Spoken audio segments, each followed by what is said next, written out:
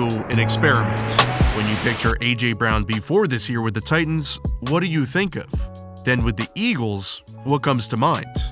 With the Titans, I think of quick in cuts with 60-yard runs after the catch, but with the Eagles, it's deep moon balls over the top.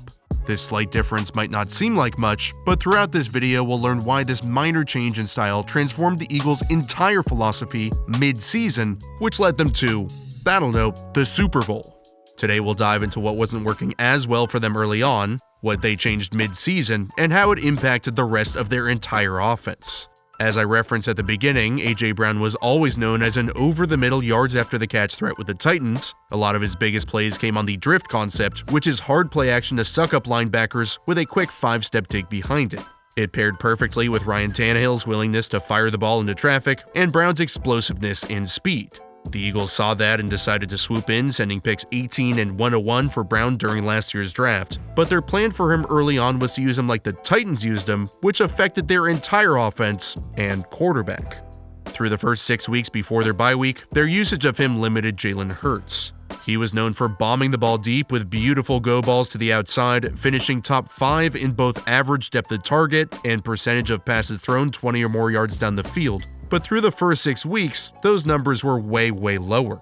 Nick Sirianni tried to make him into more of a prototypical quarterback who would stand in the pocket and hit Brown over the middle. And while their offense was good, they scored more than 30 just once in those first 6 weeks, but then 8 times after that, including all 3 games in the playoffs. By Hurts not targeting deep much and Brown restricted to attacking more in the middle and underneath like he was accustomed to, the Eagles were limiting their offense. Defenses were actually more worried about Devontae Smith as the deep threat and Brown as the intermediate, so early on they'd put a safety in that area to guard him to take away the drift route, and then a deeper safety to make sure Smith couldn't hit him over the top.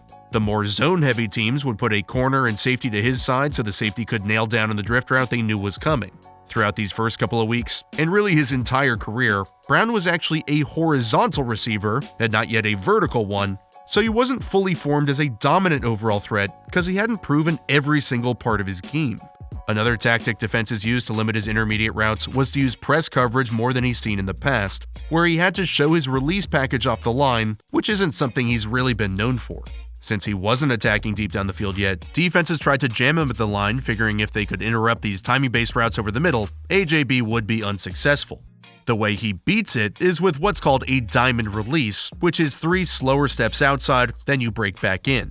He is really good at mixing up his speed and tempo, where he'll start you off with the classic, slowly trying to bait Amani Oruwariye into flipping his hips up the field, so Brown's selling vertical, then he'll cut back inside and use his 227-pound frame to shield him away from the slant, then pick up some yards after the catch. It's not just the same move every time when he's creating that space inside. To throw Oruwariye off balance and keep him guessing, Brown can quicken that diamond release where he shows the same path, then bursts back inside quicker. Still, he wasn't much of a deep threat on vertical routes outside. He'd still only either run a ton of curls and a few goes here and there. Everybody knew he wasn't attacking deep, so while he still ate a good amount on curls, there were times where he looked open pre-snap, but the corner just squatted down. He only had 2 catches of 20-plus air yards in these first 6 weeks, then 12 the rest of the year, which ended up top 5, and it took the Eagles time to notice him being able to win at the catch point deep down the field. Kendall Fuller doesn't give him the time of day as he's running deep. He's more sitting on the curl because he's not scared of Brown beating him over the top, and these flashes showed the Eagles what Brown could be. What made it tougher with Hurts as quarterback, at least early on, when he gets to a certain point later in his progression, timing-wise, he's taking off to run. That means he had to be open quickly enough that Hurts would see him open, but also far enough down the field that they could attack that area. Something had to change, and it did. During their Week 7 bye, the Eagles coaching staff reviewed the film, realized their best player had untapped potential. It was time to change their philosophy. Brown wasn't just a horizontal player. Arguably, the best part of his game is his vertical ability, which nobody had ever really seen consistently. They couldn't have Hurts just stand in the pocket late into the down because that wasn't his game. So they came up with a solution that maximized their best players' talents, and their offense exploded. Through those 6 weeks, they used him like the Titans did to attack horizontally, but to unleash his entire game, it was time for him to get vertical, and his coming out party happened right away against Pittsburgh Week 8, right out of the bye. 6 catches, 156 yards, 3 touchdowns, 26 yards per reception, and the Eagles' offense had officially changed. Covered or not, Hurts just started chucking up go balls to him and putting his confidence in Brown to make catches on well-placed but lower percentage deep balls. Even on incomplete passes, look at when he releases this. Brown is completely jammed and there's no indication he's gonna win over the top, but Hurts is throwing to him no matter what. The moment I knew something big had happened and the Eagles' offense would be changed forever was 2 minutes into the second quarter with the score tied 7-7 on 3rd and 8. Just as important as Brown's development in this offense, Hurts shows that he's also playing at the next level cerebrally when he audibles after seeing a heavy pressure look.